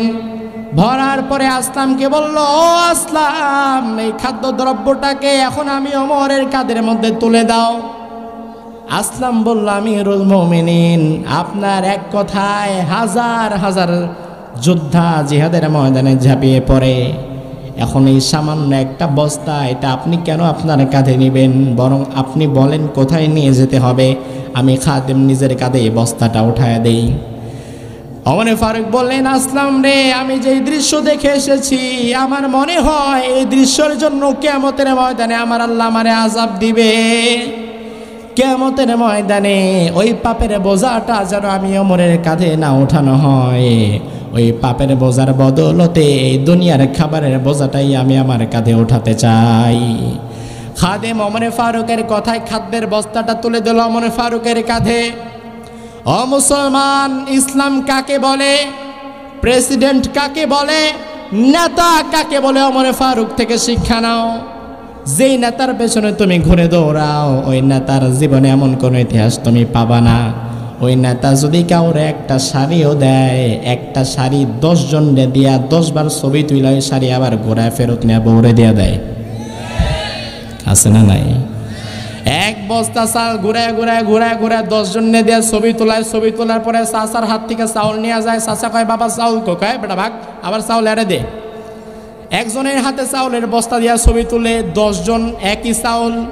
এর উদ্দেশ্য হয়েছে ওই কুমিরের বাচ্চার মতো, একটাই কুমিরের বাচ্চা, বাকিগুলা খায়া ফেলাইছে। এখন একটার এবারবার দেখায়, একটাকে এবারবার ঘোরায় ঘোরায় দিচ্ছে। ওমরে ফারুক বস্তাটা নিয়ে খাদেম আসলামকে সঙ্গে করে নিয়ে ওই মহিলার বাড়ি চলে গেল। মহিলার বাড়িতে গিয়ে বলল, মহিলা তাড়াতাড়ি রুটি বানাও, তাড়াতাড়ি তরকারি করো আর বাচ্চাদেরকে খাবার দাও। এবার মহিলা সুন্দর করে, আগে থেকেই যেহেতু পানি গরম ছিল, মহিলা সুন্দর করে আটার খামির করে রুটি বানিয়ে দিল। রুটি বানিয়ে বাচ্চাদেরকে খাওয়ালো। ওমরে ফারুক চুপচাপ সুন্দর করে দরজার ওপাশ থেকে দাঁড়িয়ে দাঁড়িয়ে বাচ্চাদের খাওয়া দেখলেন। ওমরে ফারুক বললেন, আসলাম রে, এই বাচ্চাদের কান্না যখন আমি দেখেছিলাম, আমি ওমরে ফারুক নিজের সাথে ওয়াদা করেছিলাম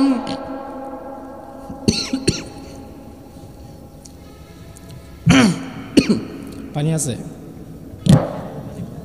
পোকা টোকা গেছে বোধহয়।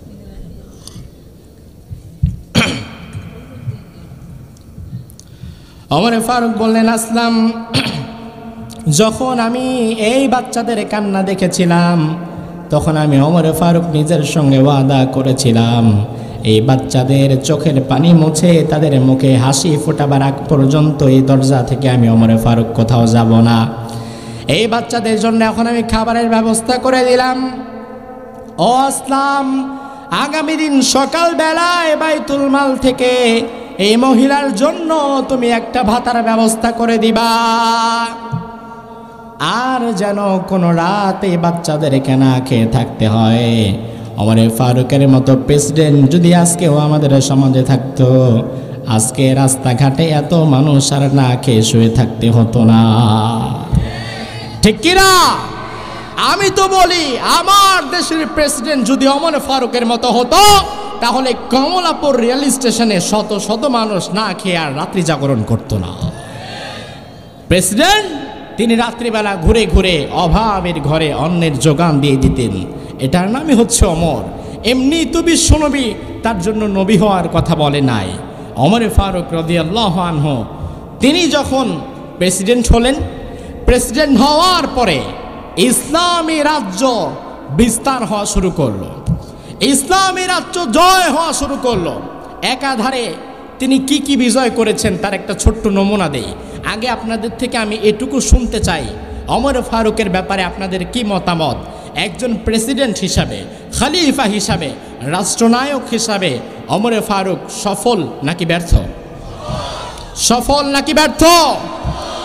আমি তো বলি, বিশ্বনবীর পরে এই পৃথিবীতে ওমরে ফারুকের মতো যোগ্যতা সম্পন্ন শাসক আর একটাও তৈরি হয় নাই। কেউ তৈরি করতে পারো নাই তোমরা। দুনিয়ার কোন তন্ত্র মন্ত্র মতবাদ ওমরে ফারুকের মতো একজন শাসক তো দূরের কথা, ওমরে ফারুকের জুতা বহন করতে পারে এরকমও তোমরা কাউকে বানাতে পারো নাই। এই হচ্ছে ওমর। ওমরে ফারুক যখন প্রেসিডেন্ট, তিনি 10 বছর 6 মাস অর্থাৎ 10.5 বছর তিনি প্রেসিডেন্ট ছিলেন।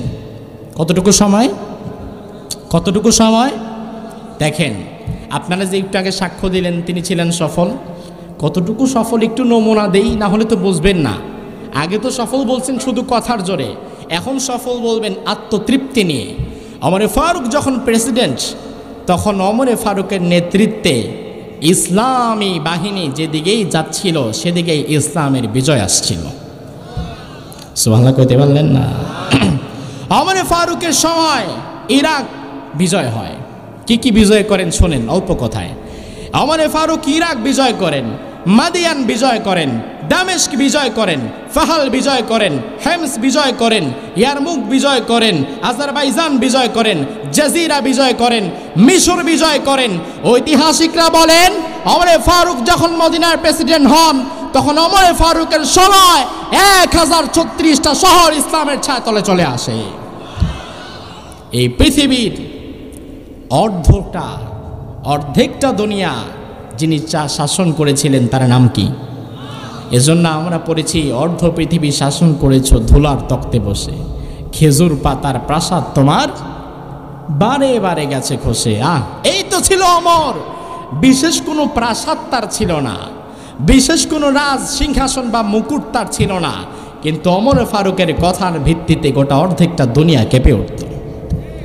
সুবহানাল্লাহ বলবেন না? কেমন প্রেসিডেন্ট ছিলেন তিনি দেখেন। আমাদের সময় অনেক সময় প্রধানমন্ত্রীকে খুশি করার জন্য এমপি মন্ত্রীরা একটু হাদিয়া তোহফা পাঠায় প্রধানমন্ত্রীর কাছে, যেন নিজের পটটা আর একটু শক্ত হয় বা মন্ত্রিসভায় একটা ভালো সিট টিট পাওয়া যায়। ওমর ফারুক রাদিয়াল্লাহু আনহুর সময় একবার হেমসের গভর্নর উতবা ইবনে ফারকাদ তার নাম, সে খাবস নামক এক বিশেষ প্রকৃতির হালুয়া বানিয়ে ওমর ফারুককে খাবারের জন্য পাঠিয়েছিল, যেন এটা খেয়ে ওমর ফারুক খুশি হয়ে আমার মর্যাদা একটু বাড়ায় দেয়।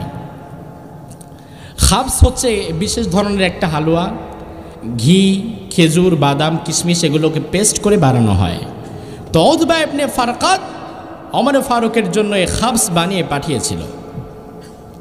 যে রাজকর্মচারীরা খাবস এনে ওমর ফারুকের সামনে দিল, ওমর ফারুক একটু আঙ্গুল দিয়ে চেখে দেখলেন যে আসলেই তো খুব মজা এই খাবারটা। ওমর ফারুক বললেন যে আসলে এই খাবারটা যে দিচ্ছ এটার নাম কি? তারা বলল যে এই খাবারটার নাম হচ্ছে খাবস, এটা বিশেষ ধরনের এক প্রকারের হালুয়া, এটা খুব মজা। ওমর ফারুক বললেন, বাহ, তোমাদের দেশের অবস্থা তো বোধহয় তাহলে খুবই ভালো, তোমাদের দেশের অনেক মানুষ হয়তো এখন এই খাবস খেতে পারছে। এই খাবস যারা নিয়ে এসেছিল রাজকর্মচারী, তারা বলল, না না, এটা কি বলেন, এটা তো রাজকীয় খাবার, শুধুমাত্র ভিআইপি সিআইপি পার্সনরা এটা খেতে পারে, গরিব মানুষটা তো এটা খেতে পারে না।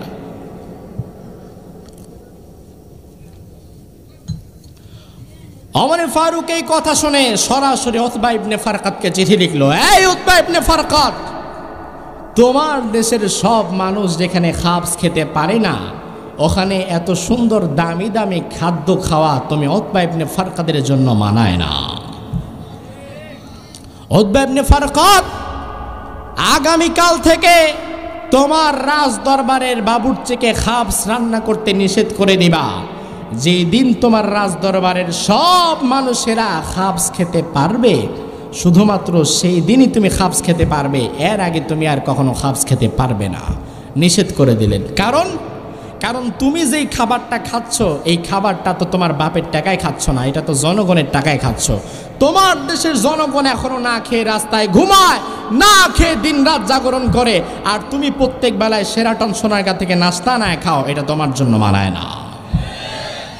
ওমর ফারুক বললেন, এইটা করা যাবে না, এইটা খাওয়া তোমার জন্য মানায় না। ওমর ফারুক রাদিয়াল্লাহু আনহু প্রেসিডেন্ট হওয়ার পরে তিনি যখন কোনো অঞ্চলের জন্য কোনো দায়িত্বশীল বানিয়ে পাঠাতেন, ওই দায়িত্বশীল বানিয়ে পাঠাবার পূর্বে ওমর ফারুক রাদিয়াল্লাহু আনহু 6 মাস তাকে পর্যবেক্ষণ করতেন। গোয়েন্দা দিয়ে 6 মাস তাকে আগে ভালো করে পর্যবেক্ষণ করতেন, এরপরে তাকে রাষ্ট্রীয় ক্ষমতা দিতেন, রাষ্ট্রীয় দায়িত্বে পাঠাতেন। একদিন এক ভদ্রলোক বলল, ওমর, একটি এলাকার একজন শাসনকর্তা আপনি বানিয়ে পাঠাবেন, এত বেশি পর্যবেক্ষণের কি দরকার, এত বেশি গোয়েন্দাগিরি করার কি দরকার? ওমর ফারুক বলতেন, তুমি বুঝবা না, কারণ আমি ওমর ফারুক তো মদিনায় বসে থাকব, আর যাকে মিশরের দায়িত্ব দেব, যাকে হিমসের দায়িত্ব দেব, যাকে অন্যান্য দেশের মন্ত্রী এমপি বানিয়ে রাখবো, এদেরকে যদি ভালো মতো পর্যবেক্ষণ করে না বানাই, আমি ওমর ফারুক একা যত ভালোই হই না কেন, আমার এমপি মন্ত্রীরা, আমার আমলা কামলারা যদি সবাই ভালো না হয়, তাহলে সামগ্রিকভাবে কখনো রাষ্ট্রের উন্নয়ন হবে না। আমি ওমর ফারুক তো একা সবার ভালো করার জন্য চেষ্টা করব, কিন্তু দায়িত্ব দিয়ে যাকে আমি পাঠাবো, সে যদি ভালো না হয়, সে যদি চোর হয়, তাহলে তার চড়িয়ে দেয় পুরা সমাজটাই তো রসাতলে যাবে। একইভাবে মাননীয় প্রধানমন্ত্রী শেখ হাসিনা, তিনি এককভাবে যতই উন্নয়ন করতে চান না কেন, প্রধানমন্ত্রীর মতো বাকি এমপি মন্ত্রী, আমলা কামলা, সচিবেরা সব যদি ভালো না হয়, তাহলে সামগ্রিকভাবে কখনো ডিজিটাল বাংলাদেশ গড়ে ওঠা সম্ভব না, ঠিক কি না? এই ডিজিটাল বাংলা গড়ার লক্ষ্যে সকলকে এগিয়ে আসতে হবে। এটা কোনো একক মানুষের কাজ নয়। ওমর ফারুক রাদিয়াল্লাহু আনহু এভাবে রাষ্ট্র গঠন চমৎকার করে রাষ্ট্র গঠন করলেন। 10 বছর 6 মাস ওমর ফারুক রাদিয়াল্লাহু আনহু খেলাফতের মাসনাদে ছিলেন। কয় বছর? 10 বছর কয় মাস? 10 বছর 6 মাস তিনি মদিনার প্রেসিডেন্ট হয়ে থাকলেন।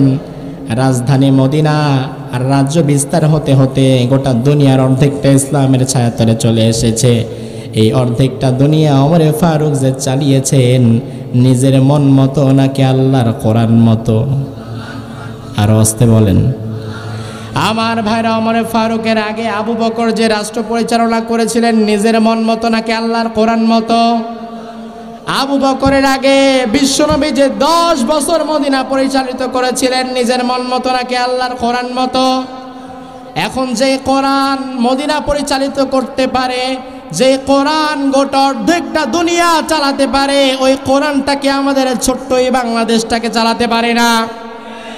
এখন কোরআন যেই ভূমিতে কায়েম হয়, কোরআন যেই ভূমিতে এস্টাবলিশড হয়ে যায়, ওই ভূমি থেকে ফিতনা, ফাসাদ, হত্যা, ধর্ষণ, চুরি, ডাকাতি সব বন্ধ করে দিয়ে ওই ভূমির মধ্যে যিনি শান্তি প্রতিষ্ঠা করে দেন তার নাম কি? আমার ভাইরা, কোরআনের আইন আমরা কায়েম করতে পারবো কিনা জানি না, তবে আমাদের দায়িত্ব হচ্ছে চেষ্টা করা। মসজিদের মুয়াজ্জিনের দায়িত্ব হচ্ছে শুধুমাত্র আজান দেওয়া। মুসল্লি আসবে না না আসবে এটা তার ব্যাপার না, তার দায়িত্ব হচ্ছে শুধু আজান দেওয়া টাইম মতো। আপনার আমার দায়িত্ব হচ্ছে কোরআনের পক্ষে থাকা, কোরআনের পক্ষে কাজ করা, কোরআনের আইনের পক্ষে থাকা। কারণ কিয়ামতের ময়দানে আল্লাহ যখন প্রশ্ন করবেন আমার কোরআনটাকে দুনিয়াতে কায়েম করো নাই কেন, আমরা যেন অন্তত বলতে পারি আল্লাহ কোরআন কায়েমের জন্য অন্তত পক্ষে আমরা চেষ্টাটুকু করেছিলাম। ঠিক কিনা? এজন্য কোরআন এটা জমিনে এস্টাবলিশড করা আমাদের সবার দায়িত্ব, কোনো একক দলের না। কারণ কোরআন তো আওয়ামী লীগেরও কিতাব, কোরআন তো বিএনপিরও কিতাব, কোরআন তো জাতীয় পার্টিরও কিতাব, জামাতেরও কিতাব, হেফাজতেরও কিতাব, খেলাফতেরও কিতাব। সব দলের লোকদের তো একটাই কিতাব, সেই কিতাবের নাম আল কোরআন। ওমর ফারুক এই কোরআনুল কারীম দ্বারা গোটা সমাজ পরিচালিত করলেন। অবশেষে ওমর ফারুক, আমার মালিক মুগীরা ইবনে শুবা আমার উপরে খুব জুলুম করে, সে প্রত্যেক দিন 2 দিরহাম আমার থেকে চার্জ করে, এই 2 দিরহাম আমি তারে দিতে পারি না, আমার কষ্ট হয়। ওমর ফারুক বললেন কি কাজ করো তুমি? সে বলল যে আমি খঞ্চর বানাই। ওমর ফারুক বলল যে এটা তো অনেক দামি অস্ত্র, এটা বানালে তো অনেক টাকা তুমি পাও, আর এখান থেকে তোমার মালিক মাত্র 2টা দিরহাম দাবি করে, এটা তো জুলুমের কিছু না, বরং এটা তো ইনসাফ, বরং ইহসান। এজন্য তোমার মালিকের বিরুদ্ধে আমি কোনো ব্যবস্থা নিতে পারবো না, বরং তোমার মালিককে 2 দিরহাম করে দেওয়া তোমার দায়িত্ব। এবার আবু লুলু আল মাজুসি খুব রাগ করলেন, মনে মনে বললেন ওমর তুমি আমার পক্ষে বিচার করলা না, আমি তোমারে আর বাঁচতে দেব না।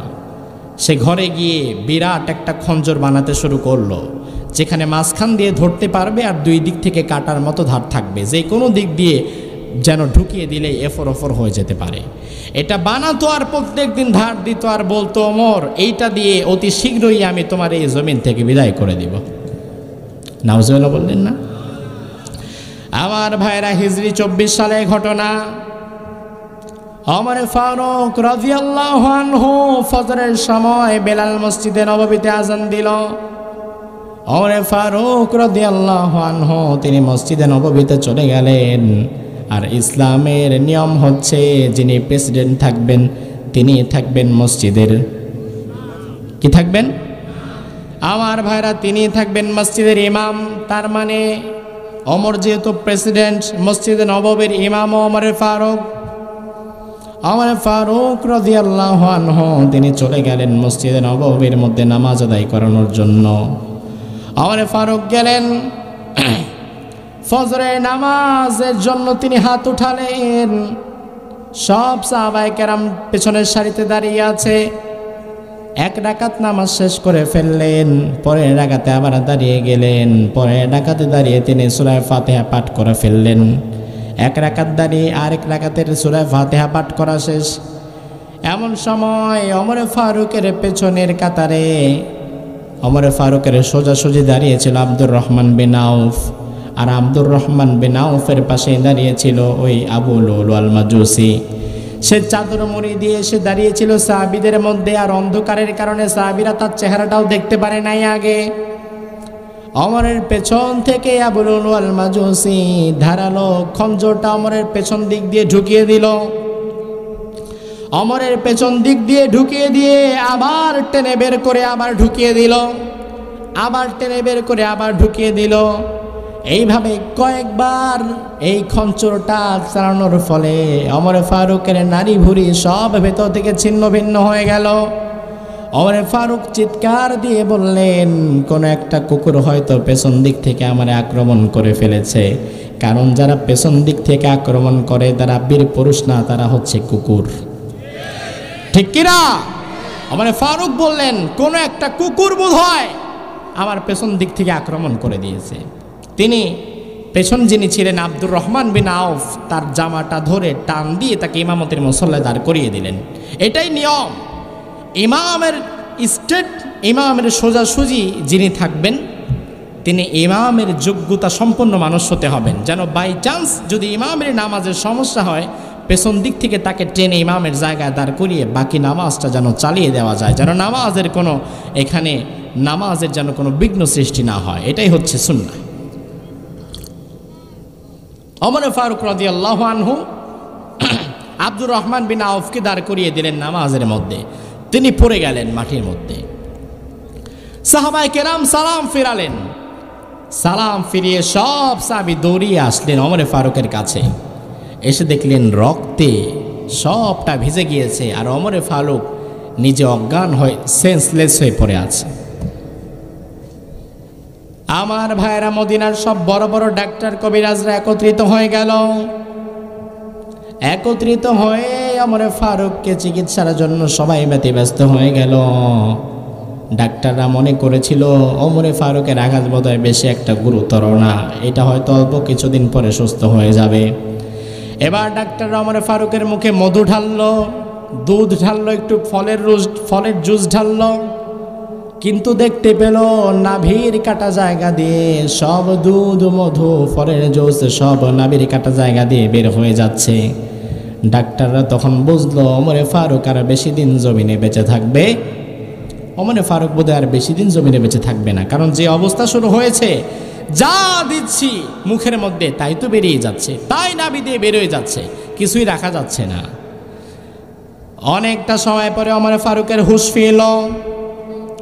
ওমর ফারুকের হুঁশ ফেরার পরে সবার আগে ওমর ফারুক বলল, ও সাহাবীরা, আমার নেতৃত্বে যেই নামাজ শুরু হয়েছিল আব্দুর রহমান বিন আউফ ওই নামাজটা কি পড়িয়ে দিয়েছে নাকি?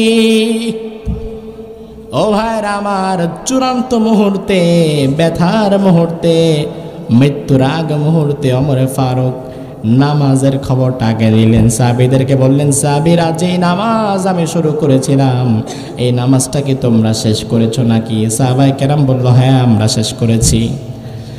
আমার ভাইরা, ওমর ফারুক তিনিও বুঝতে পারলেন যে তার সময় ঘনিয়ে এসেছে।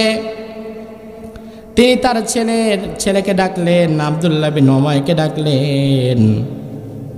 আলহামদুলিল্লাহ, যে মেয়ে দুইটির কথা আমরা আপনাদেরকে বলেছিলাম, এই মেয়ে দুইটিকে পাওয়া গিয়েছে, আলহামদুলিল্লাহ বলেন। ওমর ফারুক রাদিয়াল্লাহু আনহু তার ছেলে আব্দুল্লাহ ইবনে ওমরকে ডাকলেন, ডেকে বললেন, ও আমার সন্তান, আমার সময় আর বেশিক্ষণ নাই, আমি ওমর ভালো করে বুঝতে পারছি, তোমাকে আমি ছোট্ট একটা কাজ দিয়ে দেই, তুমি একটু করতে পারবা নাকি? ছেলে বলল, হ্যাঁ, কি কাজ দিবেন আপনি আমারে বলে দেন। ওমর ফারুক বললেন, তুমি একটু উম্মুল মুমিনিন আয়েশা সিদ্দিকার কাছে যাও। আয়েশার ঘরে আল্লাহর হাবিব শুয়ে আছেন, বিশ্বনবীর এক পাশে আছেন আবু বকর, আরেক পাশের একটু জায়গা খালি পড়ে আছে। তুমি একটু আয়েশার কাছে গিয়ে বলো, এই দুনিয়াতে জীবিত থাকতে বিশ্বনবীর এক পাশে আবু বকর থাকতো, আরেক পাশে আমি ওমরও থাকতাম। মৃত্যুর পরে যেমন এক পাশে আবু বকর আছে, আরেক পাশের ওই জায়গায় আমি ওমর নিজে একটু থাকতে চাচ্ছি। ওটা যেহেতু আয়েশার ঘর, আয়েশার জায়গা, আয়েশার কাছ থেকে একটু অনুমতি নিয়ে আসো। ও বাবা, আয়েশা যদি অনুমতি দেয় তাহলে আমারে শোয়া দিবা, আর আয়েশা যদি অনুমতি না দেয় মরুভূমির এক জায়গায় আমি ওমরে ফালায়া দিও। ওমর ফারুকের কথা শুনে আব্দুল্লাহ বিন ওমর উম্মুল মুমিনিন আয়েশা সিদ্দিকা রাদিয়াল্লাহু আনহার কাছে গেলেন, গিয়ে বললেন, ও মা আয়েশা, আমার বাবা ওমরের কন্ডিশন তো আপনি জানেন, আমার বাবা ওমরের কথা তো আপনার জানা আছে, আমার বাবা ওমরের কি হয়েছে আপনি তো হয়তো শুনেছেন। আমার বাবা ওমর মৃত্যুর আগে তার একটা ইচ্ছা প্রকাশ করেছে। আমার বাবা ওমর বলেছে, আল্লাহর হাবিবের এক পাশে আবু বকর শুয়ে আছে, আরেক পাশের জায়গাটা একটু খালি পড়ে আছে, আপনার জায়গা আপনি যদি অনুমতি দেন আমার বাবা ওখানে একটু শুতে চায়। আয়েশা বললেন, ও আব্দুল্লাহ বিন ওমর, আমি তো নিজে মনে মনে চেয়েছিলাম ওই জায়গাটাতে আমি আয়েশা নিজেই শুব, বিশ্বনবীর পাশের ওই বরকতপূর্ণ জায়গায় আমার দাফন হবে, কিন্তু তোমার বাবা ওমর যেহেতু ওই জায়গাটায় থাকতে চেয়েছে, আর ওমর তো সেই ওমর যেই ওমর মদিনা জমিনে সবাই যখন আমার বিরুদ্ধে গিয়েছিল, আমার বিরুদ্ধে অপবাদ দিয়েছিল, একমাত্র পক্ষে যিনি দাঁড়িয়েছিলেন সেই তো ছিল ওমর। ওই ওমর সেই দিন একমাত্র আমার পক্ষে দাঁড়িয়ে দুটো কথা বলেছিল। আজকে ওমর শুধু আমার কাছে 3.5 হাত জায়গায় থাকতে চাচ্ছে, আমি আয়েশা নিজের জায়গাটা ওমরে ফারুকের জন্য ওয়াকফ করে দিলাম। আমার ভাইরা, ওমরে ফারুকের কাছে আব্দুল্লাহ বিন ওমর আসলো, এসে বলল, বাবা, আয়েশার কাছ থেকে অনুমতি নিয়ে এসেছি, আয়েশার এই জায়গাটা আয়েশা আপনার জন্য ওয়াকফ করে দিয়েছে। ওমরে ফারুক বললেন, আলহামদুলিল্লাহ, বিশ্বনবী জীবিত থাকতে এক বাহু আবু বকর আর এক বাহু ওমর, ইন্তেকালের পরে দুইজন সাহাবী বিশ্বনবী দুই দিকে আছে না নাই? আমার ভাইরা, ওমরে ফারুকের 10.5 বছরের জীবন থেকে আমরা শিখতে পারলাম, ওমরে ফারুক ছিলেন এই দুনিয়ার সর্বোৎকৃষ্ট ইনসাফকার শাসকদের মধ্যে একজন, যিনি সব সময় ইনসাফ করতেন নাকি জুলুম করতেন? কি করতেন? ইনসাফ করতেন। আজকে আমাদের সমাজ থেকে ইনসাফ নামক শব্দটা আস্তে আস্তে উঠে যাচ্ছে। এইভাবে চলতে থাকলে কিছুদিন পরে দেখা যাবে ডিকশনারির মধ্যেও ইনসাফ শব্দটা আর খুঁজে পাওয়া যাবে না, ঠিক কি না? রাসূল বলেছেন বিশ্বনবীর পরে আর কোনো নবী নাই, কোনো রাসূল নাই, নবুয়াতের দরজায় আল্লাহ তাআলা তালা ঝুলিয়ে দিয়েছেন, কিন্তু ওমরের মতো শাসক আসবে না, এটা কি কোরআনে বা হাদিসে কোথাও আছে? আছে?